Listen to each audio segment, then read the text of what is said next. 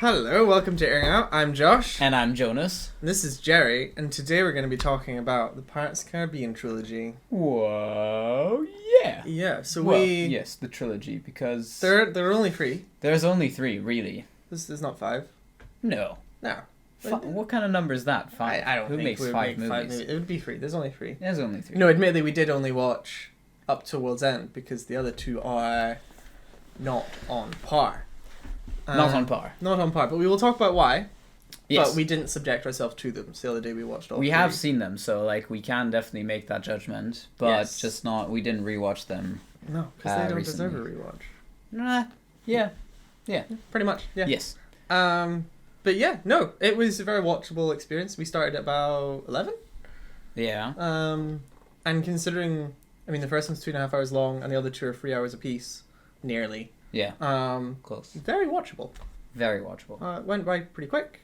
Definitely, yeah. It's definitely like a trilogy marathon that is doable, especially compared to the other marathons that We've we do. done, yeah. Lord of the Even Rings Dark and- Knight, though, which I think is similar in terms of length, Mm-hmm. but it's a much slower film. Yeah, they're definitely heavier films. Yeah, so I think you come away from that being like, okay, right, we spent the day watching movies. Whereas Yeah. we, stopped, had dinner, played Had some lunch. games. yeah, but it was Yeah. it was just the day was still Yeah. rolling. Maybe that's also just because that's how we spend our days, anyways. That's true. Just watching some TV and stuff. No, but yeah, I Yeah. guess that's also kind of what we'll be talking about for this entire episode. Yes, really. this is our whole thing. We But have still. no script up, so no cheats. Yeah. Um, But still timestamps below, I Of would course. assume. Yeah. Just yeah, in so case if you there want are to jump to the film that we specific want, topics. or if we deviate onto a topic, Yeah. then that'll be all. You can jump to wherever you want to Yeah, be. yeah. Which is good. Jerry isn't getting a segment, but we promise the next one he'll He'll get his own. he'll get his entire video to himself. Granted by us. Yes, So he actually doesn't have allowed to this time. go behind our backs. Yeah. No swearing though. No swearing. Yeah. No, let's just jump into it. Absolutely. Starting at Curse of the Black Pearl. Yeah. Um, The very first Pirates of the... This is the first thing. the Is it first one. Pirates of the Caribbean or Caribbean? I would say Caribbean. I would also say Caribbean. Cool. I think it must be the It's- American way to say Caribbean. I would say it's the... if you would say the sea, the Caribbean Sea. But it's the Caribbean. Okay. In terms More an thought into area. that than I have. I don't know.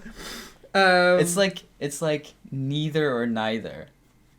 neither. Both works. Well, yeah. It really but- depends. Sometimes it is neither. But I would also say neither. Yeah, I would say neither. It's when singing you would say neither because it's a more open vowel, but Okay, the Curse of the Black Pearl. okay. In the Pirates of the Caribbean. Yes, Caribbean. Okay. Yeah, so I've watched all the Pirates films in order. So that was the first one I saw as a kid. Yeah. Yeah, it's a good. I remember enjoying it as a kid. I enjoy Very it now. much. Yeah. It's fun. I think. Was it 2003? 3, yeah. Yeah, the effects are incredible, Absolutely. and I think that's something across the board actually for all the films. Yeah. The VFX are top tier. It's so good. I think I would say the ones in the first one hold up, but the ones in 2 and 3 are on par with anything coming out today. If those films launched this year, Yeah. I don't think you'd bat an eye. Yeah. But I'd say the first one are they hold up, but you can tell the film wasn't made this year. There's definitely just a bit okay. But the fact that they still there are Yeah. things that are noticeable, but the fact that it's 2003, yeah, is incredible and because comparing it's that some to difficult stuff that they do. yeah. And we're talking about if you don't quite remember, it's skeleton people. yeah. Yeah. So there's a curse, and they take the Aztec gold, and because of the curse, they can't die, and so they all turn into skeletons when the moonlight hits them, and so you have these people that just... it's the thing, you don't actually animate them fully because they change mid-scene from when they're not in the moonlight to when they are in the moonlight, and so for them to also there's be able bits to where make it's that half transition. an arm, but like it's human and skeleton. That's and, crazy. Yeah, or they're jumping in and out in one shot, and also beyond that, like the just general. I think there's only one sequence when they're catching up to Isla de Muerta, in the rainstorm. And it was actually the bit that you said you shot on in Malta. And I was like, it does feel like they're not on the sea. Just how close it is like I don't believe they're on a set. But apart from that, I think all the boat stuff is done incredibly well as well. So it's not just like the skeletons, but actually just on the high seas. That was the only sequence in the entire trilogy that was like, I don't think they're there. I do think that's interesting because like a lot of the stuff that is with the boats and so forth is also practical. So they also have the boat that explodes. Which they did at the end of shooting, did they not? And it was like, we need to make sure we've got everything. But they also did like a miniature version of it. So they had like a tiny boat that was like a meter long or something, and just like let that explode, but enlarged it in the background of the other shot so it looks big. And that's just smart. I mean, anything that you can do practically rather than have a visual effect is gonna look better. Definitely. So that's smart. But I think it held up very well. The comedy was it's still funny. On point. Obviously, I mean, I don't know how many times you've seen this. Over 10 now, probably. Like, you know all the jokes that are coming. You do know all the jokes. No, but I think it's got the right mix of characters, because again we have Captain Jack Sparrow, obviously, who's the funny character, but he's arguably not necessarily the main character, especially in the later films. Was Will. And so you definitely have this character that is funny, who can make all the jokes, because we do have other main characters that we can follow a serious storyline with. No, and I think that does relate to why 4 and 5 flopped out. It's because they made Jack the main character. And I mean, we talked about this in our last podcast, actually, is that the main character should be blander so that the audience can put themselves into the hero. True.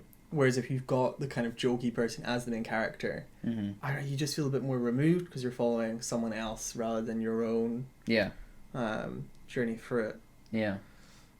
No, but I think also there's a lot of good dynamics between the characters that make them funny. Like you have the pairs, the two British soldiers, like their interactions are funny. Then you have the two pirates, the one with the wooden eye, and like their interactions are just funny. So you always have that the comic relief everywhere, which is and I think they nice. work as kind of funny idiots. Yeah. Which is what Jack became later on. But at least in the first 3 films, he is actually pretty on it. Yeah, he's planned it all out. No, it's smart because I think it's at the very end of the 3rd film where one of the British is like, I wonder, is he planning all this or is it just making it up as you go? And I think as a viewer, you're also not sure if it is all just made up. I think that's what I tend to like. It is all made up, but like you're not sure if he does have a bit of a plan. Whereas in the later ones, he definitely is just a bumbling idiot. Which is sad. I don't know. Yeah, but I think the trilogy works. I think it's nice how 2 and 3 blend straight into each other. So 1 is definitely stands out as being very contained. Yeah. Which has its advantages and disadvantages. Like if they made just that one, because it was based off of a ride at Disneyland, right? I think so, yeah. Whereas like that's how they got the idea to make the first movie. Was we've got this ride at Disneyland, let's make a film out of it. So I think like in that regards, it's like, okay, let's just have one. Yeah. And it works. Whereas I think expanding it out 2, 3, 3 was the smart idea. Yeah. I actually didn't realize until we watched it again just now how much the last, the 2 and 3 are actually one story. Like I remembered like much more of 3 being in the yeah, second he's film. with Davy Jones's whole backstory. I was like, oh, the third film is also very much. I don't know. I just had that also the final battle. Like I thought the second film was all like Davy Jones, and then I was like, yeah, what is the third film? Yeah, it was just all one. But I think that's brilliant because that's such a good trait to like the props to the trilogy for making it such a holistic thing. Very well. It's not just like 3 films that, you know, have some ties but aren't really the same thing. I don't know. So it's like it's definitely really well done, and I do get why the first one is like we'll see how it goes. And whoa, it made a lot of money. Let's actually make it into a trilogy. I think Davy Jones for me is such a interesting and compelling character. Like he's animated perfectly. He's acted really well by Bill Nighy, and he's actually conflicted. So there is that point at the end of the third one where you're like, he's not actually the big bad. Like they put him under Beckett as well, which is just really interesting. Yeah. And for that reason, I think that reason alone, 2 would be my favorite. But yeah, we talked about this briefly. Yeah, we had to stop ourselves. Like, wait for the podcast. But I think 2 and 3 both have sections that are bad. So there's the Pelagostos Island. Yeah. That I just think is a little bit superfluous. It drags on a little bit in the second one. What happens at the Pelagostos Island? When goes to Will's looking for Jack. Yes. He finds the Black Pearl. Yes. Kind of beached, and he looks. When he finds Jack, that's the kind of head of this cannibal island. Yeah, the indigenous people. I think it's also like a lot of the beginning of the film. So it's just like, getting everyone where they need to be, and like there's this whole new crew in the Black Pearl, which they just die. And yeah, it's like, they do just die. Cool. No, it does feel quite superfluous. Definitely. Because it doesn't add anything to the plot. It's just a matter of like having some fun, whatever they're doing, crazy stuff, but with no real. No, and I think compared to how focused the second half of that film is, where you've got Norrington who wants the chest for Beckett to get his life back, Willie wants the chest to save his dad, Jack who wants the chest, and because of that, like Elizabeth Swann is kind of sidelined a little bit because she doesn't want the chest. Yeah. So they're all. That's and then Davy Jones wants the chest, so they all. But not just that scene, like, but like, once they're all together and on the boat again, that's everyone's trying to get this thing. So Will's out to get the key to get the chest. You know, Davy Jones is trying to protect the key. You know, that is like story that screenwriting 101. Like have two dogs that want the same bone, and they just have 4 or 5, which is so brilliant. It's incredible, and it's so smart. I think that compared to the kind of aimlessness of the start of the film is a bit. Yeah. I like the darker tone with like Mercer. Beckett's kind of handyman bodyguard thing. Yeah. And then you've got the governor who's trying to free Elizabeth, and that whole bit is very kind of like dark Victorian, like on land kind of stuff. It definitely like evokes a kind of, I'd say, Sweeney Todd. Oh, absolutely. Would be the best reference for that. Just very like, you know, that time era definitely had its shady goings on, and that darker tone is even further than World's End, which starts with a kid being hung. Yeah. I remember the first time I saw that, I was like, oh, this is not a kid's film anymore. No, absolutely not. Or I mean, well, Dead Man's Chest starts with some guys getting eye pecked out by a crow. Yeah, you were talking about. I was laughing because the parental guidance so it's on Disney Plus. We're watching it because we have Disney Plus now, because we're immoral human beings. But like the parental description is like, oh, it contains tobacco usage. Because Davy Jones smokes a pipe once. Yeah, he does blow out the pipe, or the match that he lit it with one of his like technical tubes as well, which is really impressive. That was very cool. But yeah, the film literally starts after saying contains tobacco usage in the top corner, and then it's like starts with this guy's eye getting pecked out in a cage, and you're like, okay. So you just showed it to little Timmy, who you've decided is okay to see cigarettes being smoked. You're like, yeah, Mom, what are they doing there? Smoking? That's when you don't eat your vegetables. Yeah. Don't smoke. This is what happens. This is what happens because they smoke. Yeah. But no, World's End is even darker. But even darker. You get that intro with Beckett, who's kind of introduced martial law, no trials for pirates, and then it jumps straight to Singapore. Yeah. And there's just a bit of... They're introducing new characters that don't really do much. Yeah, also the fact that they are in Singapore is a bit... do we have to be in Singapore? Is it like what does that add? And to be honest, also like what do all the other pirate lords? That's the other bit I was gonna say. The really add because they're like really impressive. Yeah. In the end, where you've got all the pirate kings that they finally convinced to go to war with the entire East India Trading Company and the British Navy, but it doesn't amount to anything because none of them. Black ever Pearl fight. goes forward and the Flying Dutchman goes forward and they go in the whirlpool and have their 1v1 battle, which is really well done. Yeah. But then they go out and destroy Beckett's ship and that's it. The Endeavour. Yes. And it's like...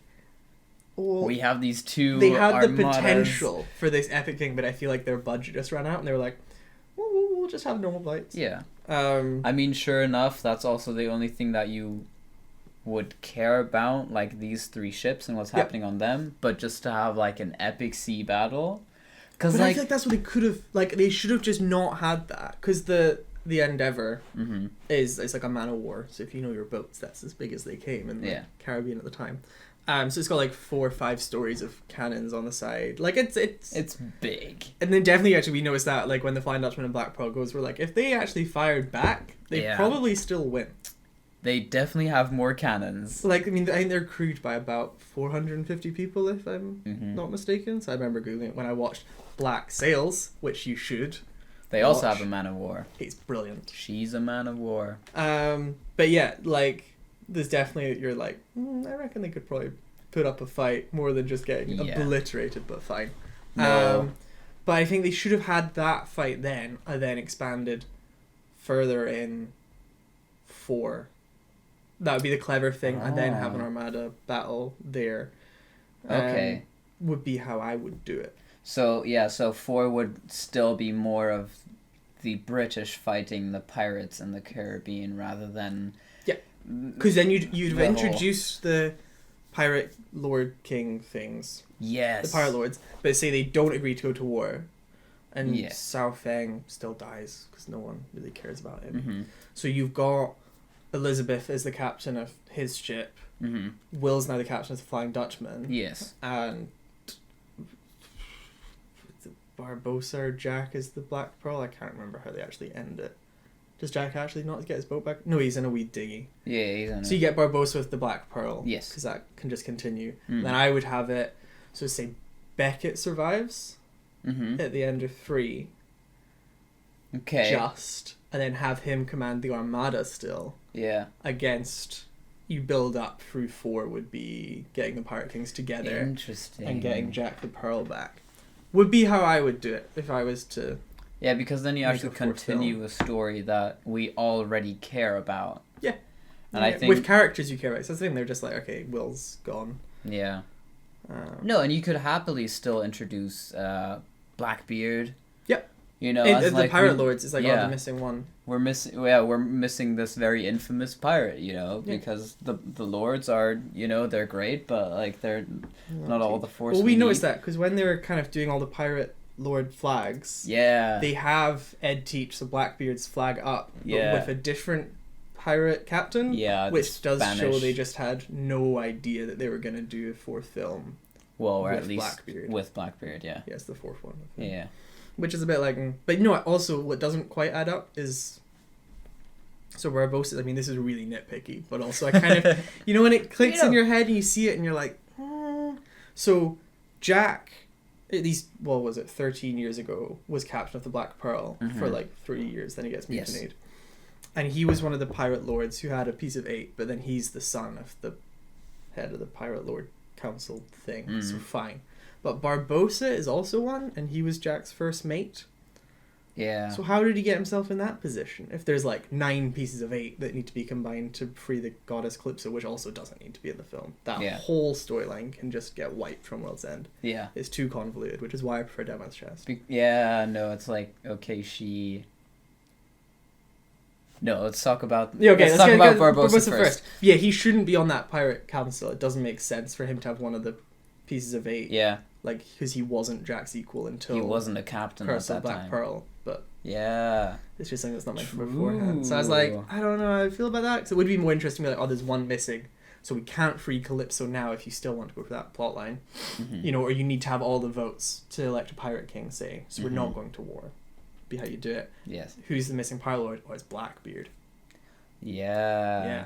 And also having all those pirate lords as well negates what Norrington's motivation is to get rid of the Black Pearl, because it's the last real pirate threat in the Caribbean, is what they say in the first one. Then you're like, so we're going to do 3 more movies where we've got more, you know, just lines like that just kind of show that they don't have it all planned out.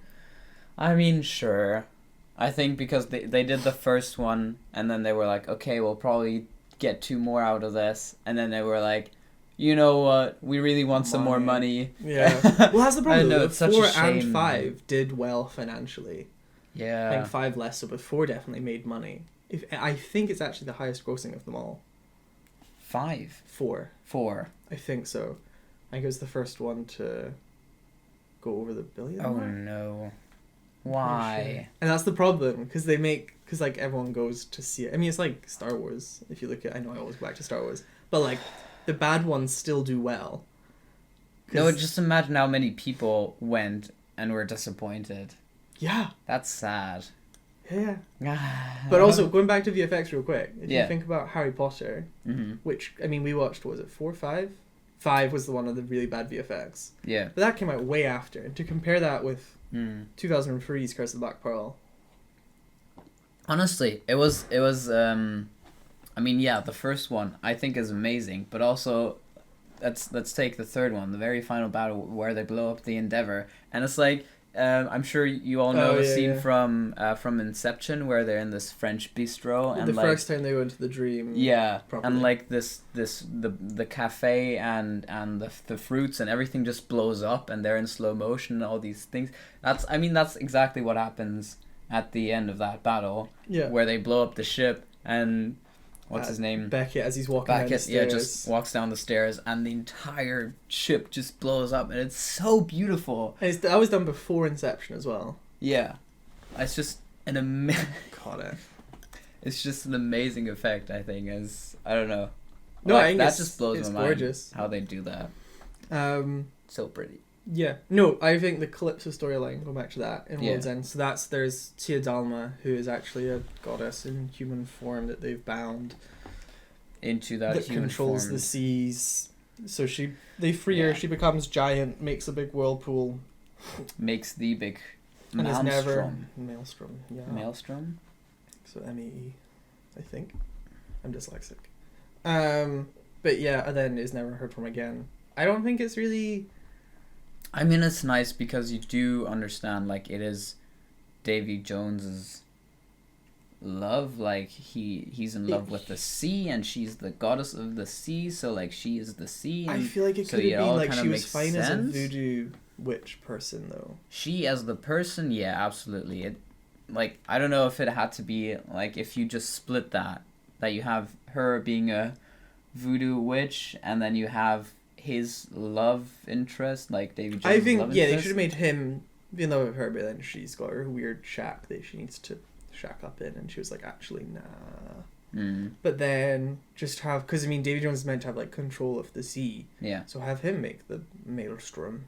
Yeah. That they sail around. Like, I think that's fine. That's the only actual impact she has on the story. Yeah, I don't know, or just don't kill the Kraken up until then and have the Kraken do like a weird... Whee! Yeah. Well, I think the Kraken is nice to get rid of that, because otherwise the battle in the imaginary 4th film that I've pitched... Yeah, they would have an overpower. Yeah. So it's nice to get rid of that, so there is that stakes for the final battle to be there. So otherwise you're like, well, why doesn't the Kraken just do the thing that you did to that ship at the start, where it's like, boom. Yeah. Rather than this whole technical slap thing. That's true. Yeah. I don't know. It would be fine. It's also like a bit weird where it's like, what is this whole magic stuff and what is possible? But then again, I would also totally understand if they blow up the Endeavor and Beckett comes back with some weird magic stuff of their own, you know. Well, how does he... Captain... Oh, jeez. Salazar. Oh, I'm disappointed I know that. How does he come back in the fifth one? Is there know. I can't actually remember. I don't remember. I only saw that film once and I was like, oh, okay. But yeah, you could have that character be Beckett. Oh. So you have like a kind of ghostly head. And then you could have him fight off against the new living East India Trading Company, but he takes over. Similar to how Davy Jones has his revenge relationship with the East India Trading Company. Oh yeah. So have them interact with a more ghostly presence, and it's like, oh, actually, we do need them, but maybe you can't function as a human anymore. So he gets a bit more personal revengey. There's definitely stuff they could have done. Yeah, with the characters they already have. Which is a shame. Also, here's a question that I want to pose to you, but also you guys out there, because I just don't... It's not explained at all, but they do have people on the Flying Dutchman that aren't part of the crew. Like British soldiers and whatnot. And they do still, like, go underwater and stuff, submarine that. And I just don't know how... Like, I can wrap my head around people just, like, going underwater. The inside of the ship stays aired. So it's a floating air bubble, or it's submerged air bubble. It's like a submarine inside. Okay. Is the only way, surely. That could be explained. Yeah. Yeah, because otherwise, like, you'd be like, oh no, there's these guys with cannons under the chest. Down we go! Yeah, exactly. It would be like, oh no, they're such a threat when they have the heart on the... Oh, I don't get that logic as well. Like, I'll put the heart on the boat so that it's more intense for Davy Jones. I'm like, are you joking? Like... His entire crew is there. No, they can, absolutely not. They can also become the ship. Through the floorboards, but they can be the ship. The walls can literally just come out. Yeah. No. Oh. Yeah. Whew. That's silly, but fine. Yeah, for but plot contrivances. I guess they just had it planned out who's on what ship and when, and the same with the chest. Why would it be on that ship when the other people are there? Yeah. So it was just the easiest. But it doesn't really make sense for the chest to be there. No, I do think as well for like in terms of you not shouting at the TV, but like it's a conversation that Jack and Will have in the third film that they need to have in the middle of the second film, where Will's like, I need the heart to save my father, and Jack's like, well, I just want to be an immortal sea god. Now, surely they can sit down and go, actually, if you make me the immortal sea god who actually wants to live forever, because you want to live with your wife, I will also... I'll free your dad for you. Yeah. Because, I mean, they've got crews of hundreds, so they don't really need them. So your dad's free, and then you can live on land with your wife and have kids. Yeah. There's no need for them to be fighting. And then between them, I'm sure they could beat Norrington quite happily. Easily, yeah. Now, they have that discussion in the third one, but it's just that thing like... It's only like... But then it's too late because he's stabbed. And it's just like, That's why, guys... I mean, the message here from all three films is just communicate. Yeah. Yeah. This is how you run a good business. What? Just talk about your problems and your needs. 100%, because it is definitely something I was thinking. I was like, do they never acknowledge this? Like, there's definitely the easy solution. And then the heart's there, they've got the key, like, they could just do it. Yeah. But it's like, okay, no, they have the big freeway battle, which is really well done. I guess it's all about, like, Jack's convoluted way of trying to get people to want what he wants, so, like, the compass works. Yeah. For him, well, in his favor. I mean, even little things where it's like when they go to rock the boat in the third one, they got to flip it over. Yeah. And he's like, they all figure out what he's trying to do, but he just doesn't say it. He's just like, oh, what's over there? What's over there? And then even once they've noticed, he keeps up the charade. What's over there? Yeah. Which, fine. And that would never work. No, it's impossible. You can't capsize one of those boats, especially not full inversion. No. Like it's a ship. And. Yeah, I mean, even if you did manage to tilt it, it would never actually go all the way because the sails and stuff would the area then means that it's not actually going. It would almost definitely ping back up. And guys,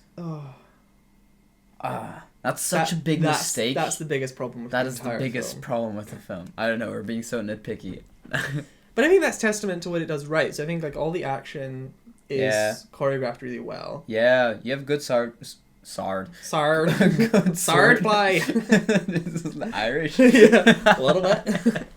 You have good sword fights. Yeah, and I think considering how many they have, they're very creative. And because a lot of films like that spend a lot of time with just people going like, left, right, and you're like, okay. Cool, they get that out of the way at the very beginning of the first one, where Jack tests wills. But even that, you've got different levels. They've got the sword that's like on fire. For like 5 seconds, and then they're done with it. And they never really go back to that. There's always something to make the fights interesting. Yeah.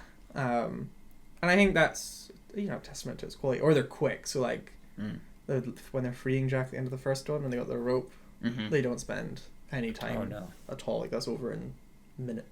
Yeah, I don't think the rope is the best one, so it's very good that it is. They're just like, we don't really have an idea to make this interesting. Let's just get it over with. No. But no, like the music, especially in that first fight, matches perfectly.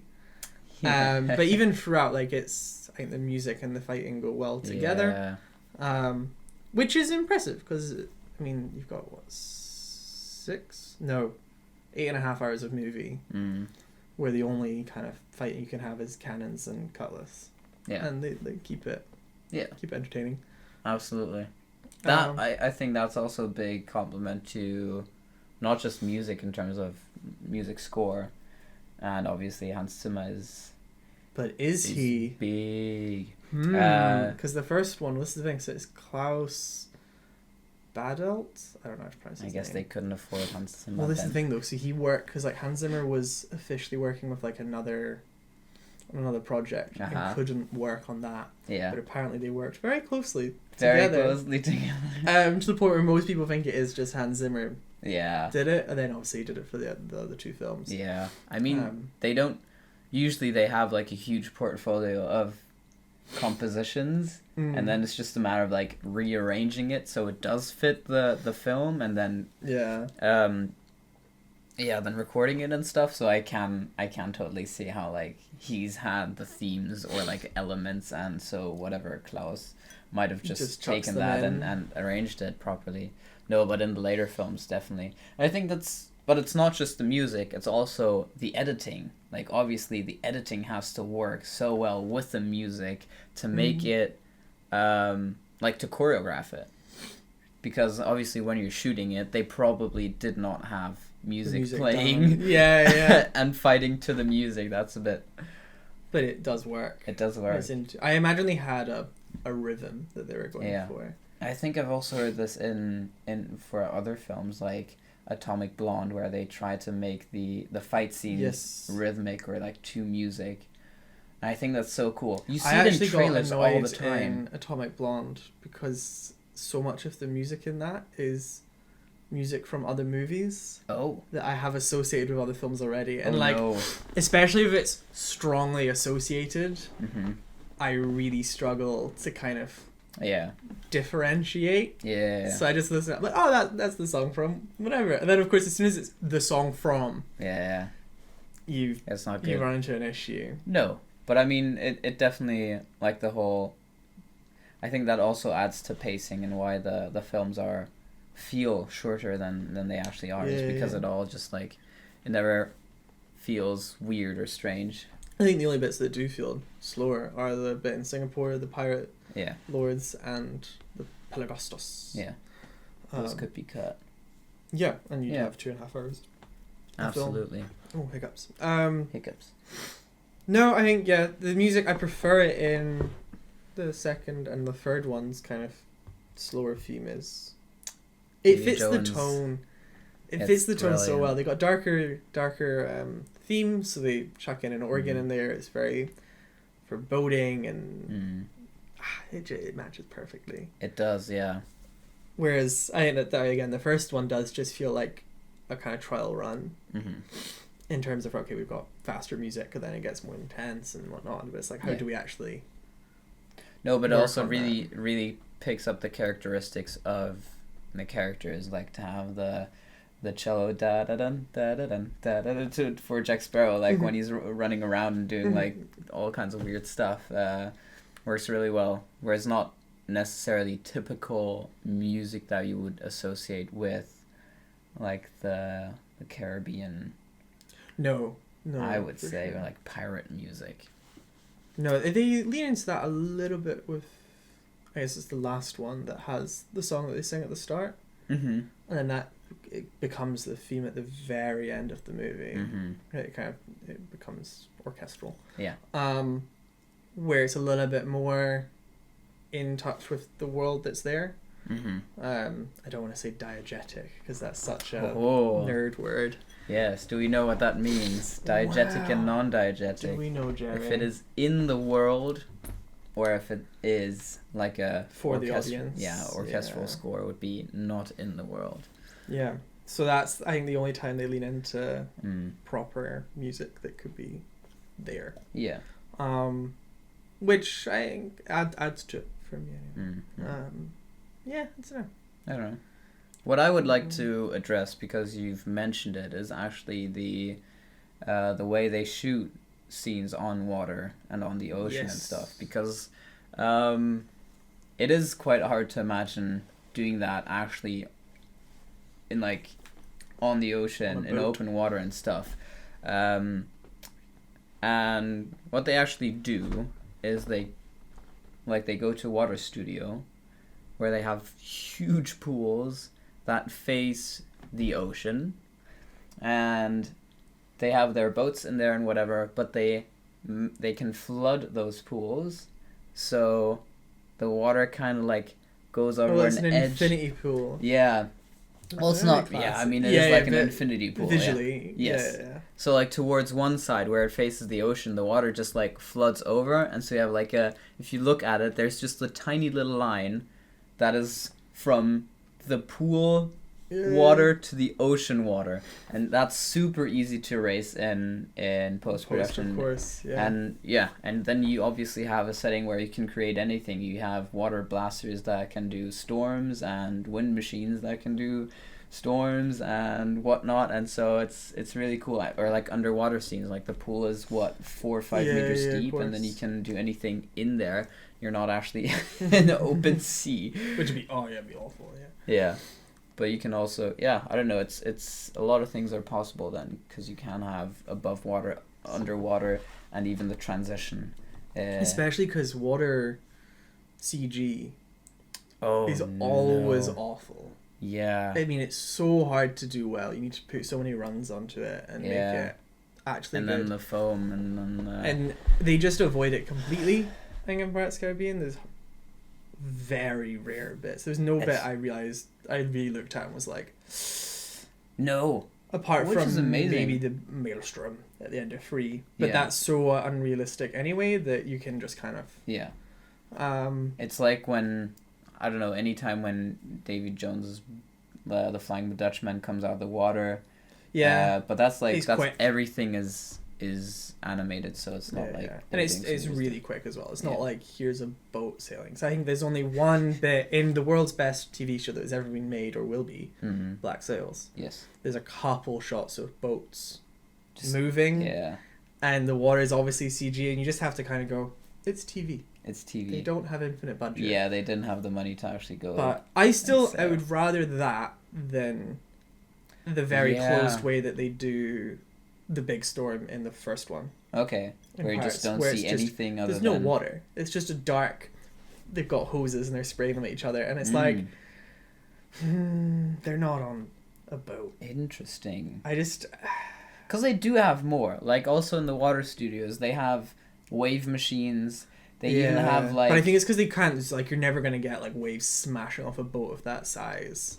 No, not actually waves that come up and over. Whereas I think they did well in 2 and 3 when it is like super rainy and they zoom out just a little bit more, and you can kind of see they're moving.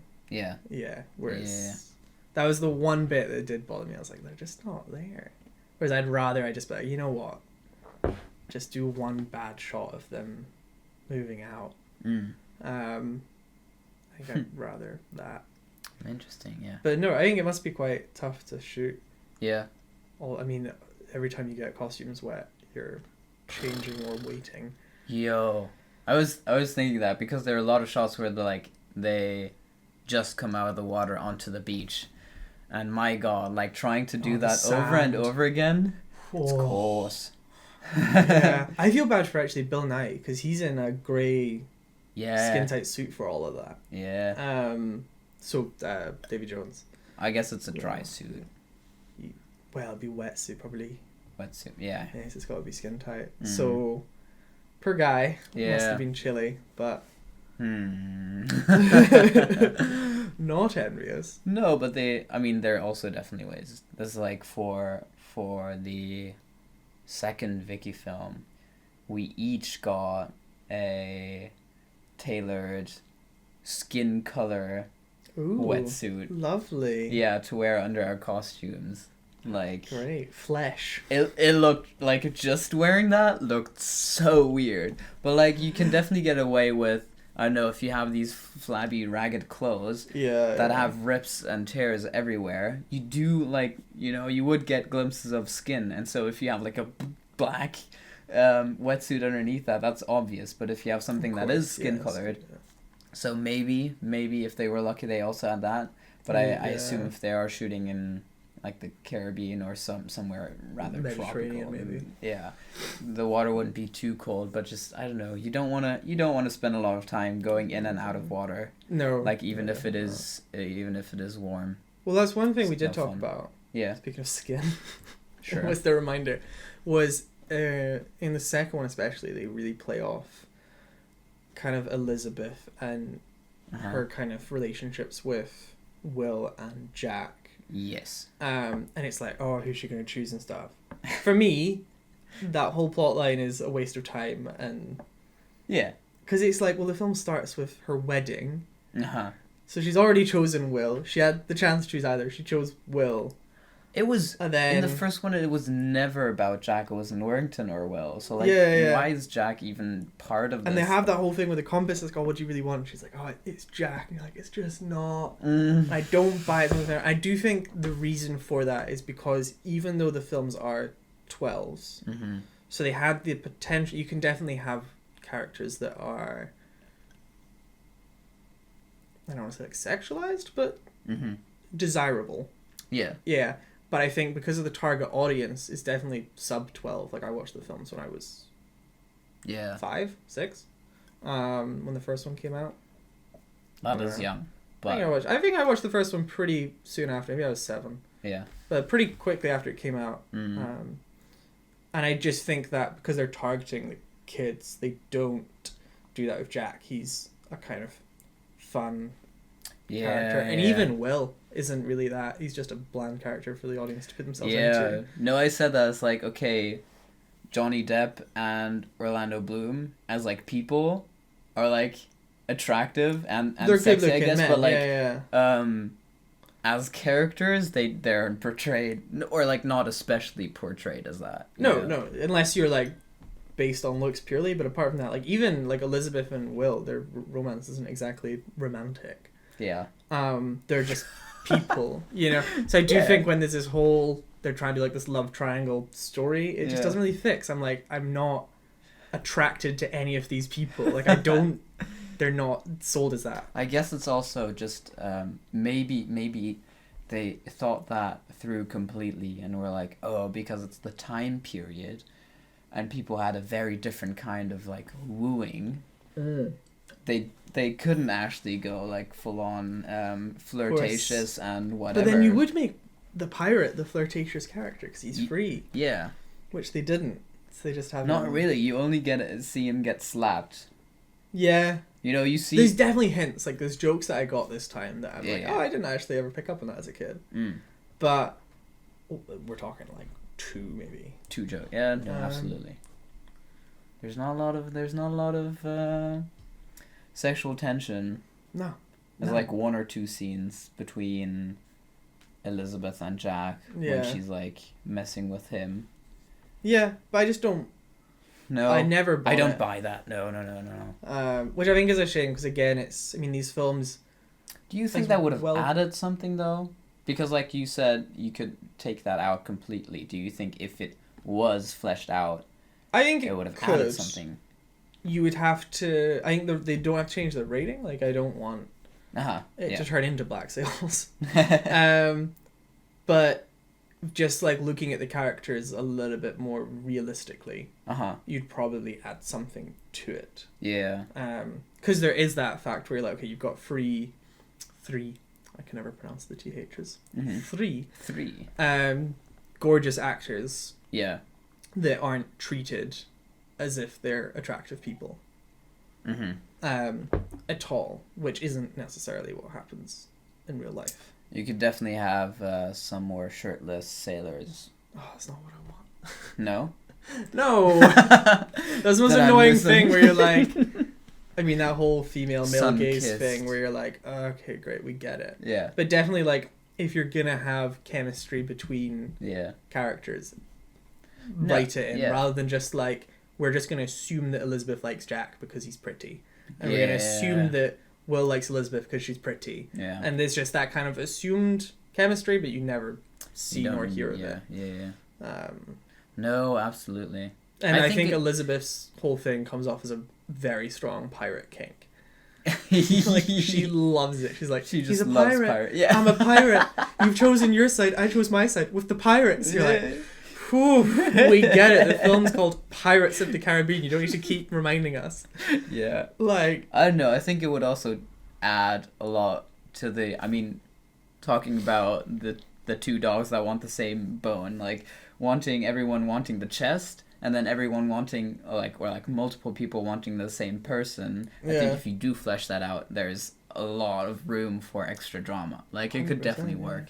And it could fill the time that you would cut out with, like, the ridiculous...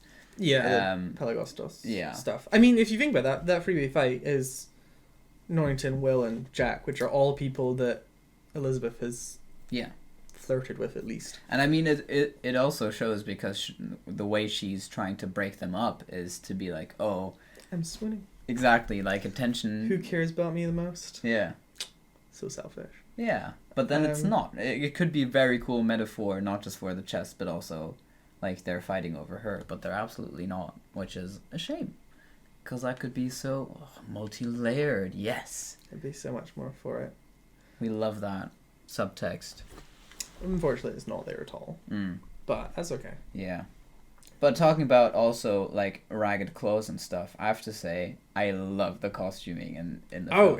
And especially, there's one costume I really, really like. It is Elizabeth's costume at the end when she's the Pirate King and she's just come from Singapore. So she has, like, this... She just stole Sao Feng's wardrobe. Yeah, but it's like... I don't know, you were like, okay, it might be ripping off. I don't actually care. But like I guess... Definitely the problem that I had was because you took issue with... If we're going to get into this... Yeah, we should get into it. Okay. You took issue with the Pelagostos Island portrayal of indigenous tribes. But then loved Elizabeth's Singaporean outfit. Yes. And so we're getting into appropriation of culture, I guess. Yeah, because you complained bitterly for the whole thing being like, it's just appropriating their culture or whatever. No, I did not say that. Okay. But then you're like, I love her Singaporean outfit. It's so great. I'm like, well, it's a little bit. Whew, you can't have one without the other. We should definitely ask the audience what they think. But I think, like, I'm also taking issue with the portrayal of the indigenous people. Like, it hit, I don't know. This is also definitely a thing, like, if you study film, or like, I guess if you study literature. Trained to care more. Yes, you definitely start to look for things, and you're like, oh my god. One of the favorite words of a student, I assume, of a film is, or theater or literature is if something is problematic. And having a white guy be the god of this indigenous tribe. God, or like, tribes in human form. Yeah, no, but it's still, it's like, oh my god. To have him be above them is problematic. And the way they make fun of the language to be like pokey pokey and wiki wiki and I don't know, that is problematic. I don't know, there's so many things that's like, ooh, I'm not sure you could do that anymore today. Okay, I'll agree with that. I don't think you could do it anymore. Yeah. But I think that's bad. Like, cultures are there to be in comedy. Yeah. You can make fun of culture as much as you want. If someone wants to make a film, I mean, look at Fat Bastard in Austin Powers. Okay, yeah, I haven't right. seen it. Oh, none of them? None. Oh, wow, okay. Different culture. It's a classic. But no, like that's so his character is just making fun of Scottish culture. Yeah. Essentially, and kind of more Glaswegian because Yeah. But that's fine. I'm not gonna get offended by that. It's funny. No. And there's tons of stuff that make fun of Scottish people. And I'm not gonna be like, oh, how dare they? And I think especially like tribes like there was definitely cannibal tribes in the Caribbean. And from a pure plot perspective, they need to have a reason why they haven't eaten him yet, but they are going to eat him. Yeah.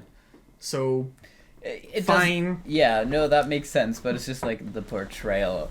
I don't care enough, and it's not a thing of like if it was the other way around, I wouldn't care either. Yeah, I just don't think it is culture appropriation that's going on. It is just straight out ridiculing and making stuff up based on like little things that might have been known, Sure. For me, there's other issues with that scene that are far more... Such as? Well, just it's boring. It's boring. It's a subplot that doesn't matter. It gets introduced, then finished very quickly. And it just adds nothing to the story. Yeah. But I'd rather look at films from within the film universe rather than... like...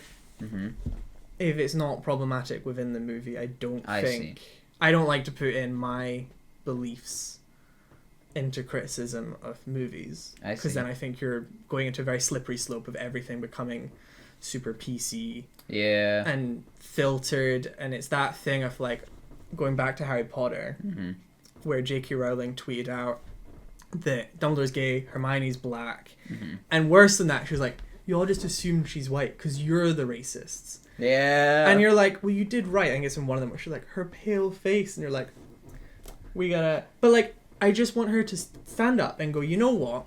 Right? It was the 90s. I am a straight white female from Scotland in Edinburgh, which is a very white city. Very white. And I wrote a book series that featured straight, heterosexual, white characters throughout the whole thing, pretty much. But that was the 90s, and that was kind of the done thing, and whatever. Just admit your failure and move on, rather than just kind of like retconning and all this stuff. I'm like, you know what, write the story you want to write. Yeah. Like, that's fine. No, and I think it is also fair to be like, she wrote a character that wasn't specified, to say like Dumbledore is gay.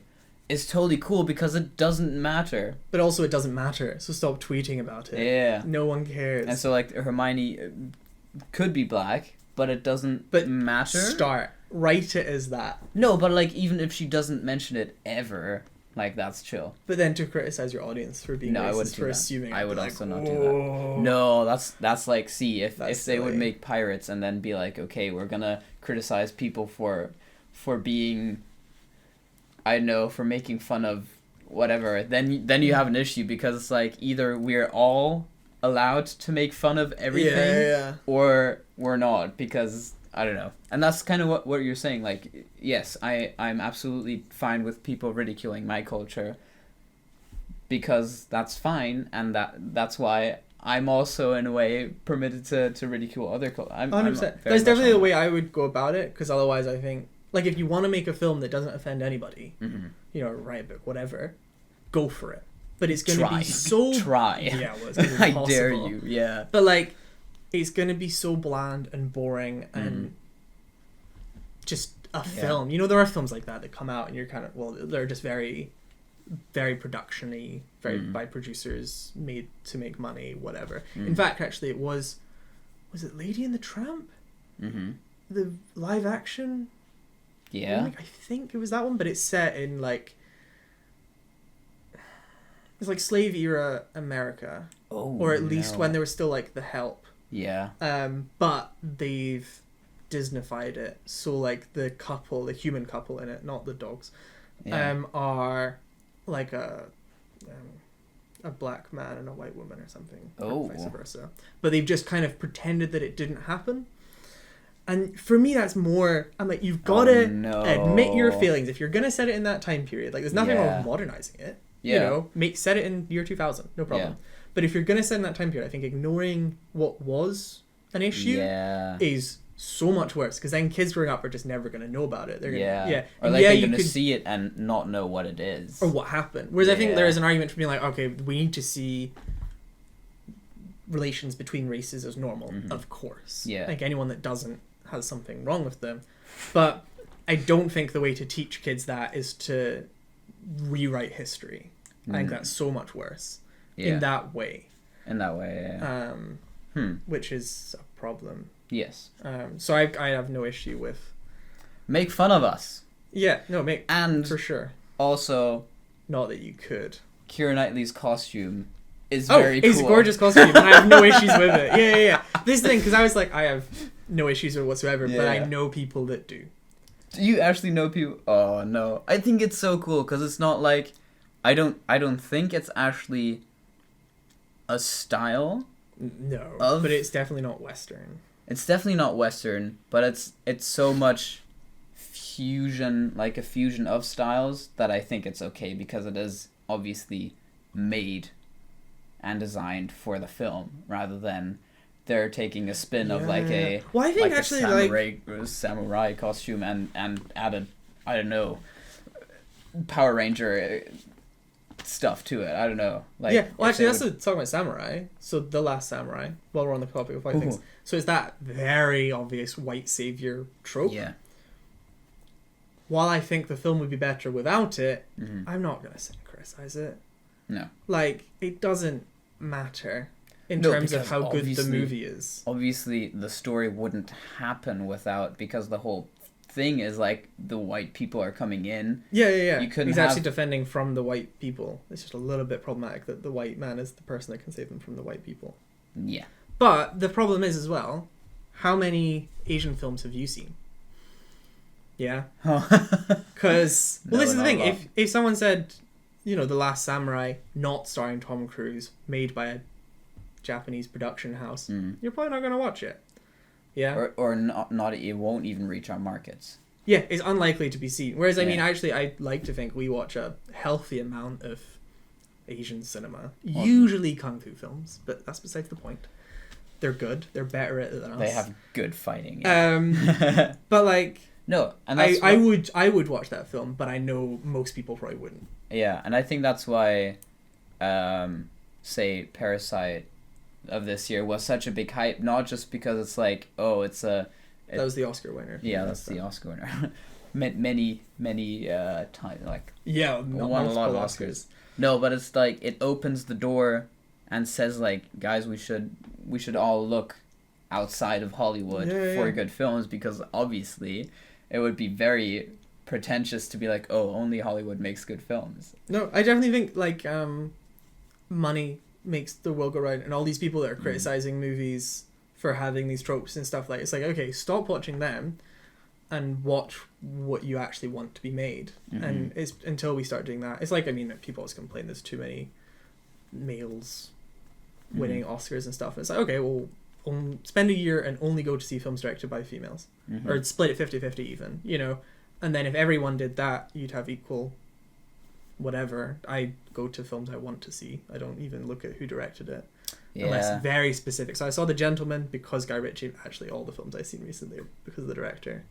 But I saw The Gentleman, Jojo Rabbit, and Once Upon a Time in Hollywood, all because of who directed them. Yeah. Because I like those. So that's Guy Ritchie, Taika Waititi, and Quentin Tarantino.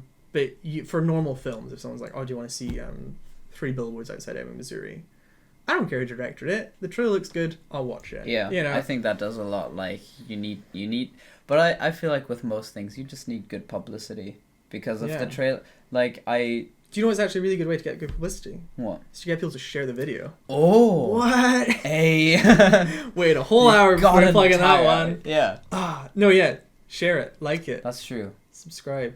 And click the bell. We're almost done anyways. But like, yeah, it makes such a huge difference. Like, if you have, and that's maybe also why to bring it full circle, like the last two Pirates films did well because they have actors in them that they could market even more, or like more actors that they could market. Was it not Penelope Cruz? Was yeah, the Blackbeard's daughter.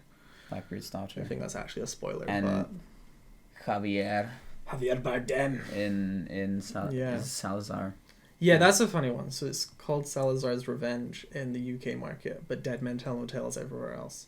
Dead Men Tell No Tales. I understand why they changed that now. I was going to say I never get it. That's such a much cooler title. It is a cool title. Compared to Salazar's Revenge, which is lame and boring. And no one knows who Salazar is. Yeah, but they would if they rewrote it with Beckett. I'm just saying. Disney, if you're hiring. If you're hiring, yeah. Disney Plus can for write. Free. Yeah. That's my condition. Fair enough. Oh, man. But yeah, no, I think... because as well, like, I mean, the first 3 films are good movies. I'd put them all above a 7 out of 10. Or a 7. 7 or above. 7 or above. Yeah, I can get more of it with that. So because of that, you're like, oh, there's a 4th one coming out, let's go see it. You know, same thing why Fantastic Beasts did well. Yeah. It's because it's like, well, the Harry Potter films are all of a decent quality. Or why you would watch all the Marvel films, because most of them are good. Well, 1 out of 3 every year is a good movie. Once they started making 3. Yeah. Different video, we talked about that already. If you haven't checked it out, check it out. The Marvel Cinematic Universe Retrospective or something like that. I can't remember what. Pretty much that, yeah. Yeah. But yeah, no. If you've got any questions or we've missed anything, or if you disagree, agree, let us know. Yeah, if you, I don't know. I used to be able to play the Pirates of the Caribbean theme and Davy Jones themes on violin. Yeah. Yo. So if you want to play them on cello, you know, if you want to see Jonas play it. Yeah. Let us know. Let us know and send a cello as well so I can play it on something. We've got a guitar. It's kind of like a cello. It's kind of sideways and. Yeah, that's the only difference. I watched School of Rock. I know how cellos work. Cello, you got a bass. That's a bass. It's the same thing. It's like 2 strings off. Right. We'll just detune it. It'll be fine. Okay. Perfect. No. Anyways. Thanks for watching. Yeah. See you on the next one.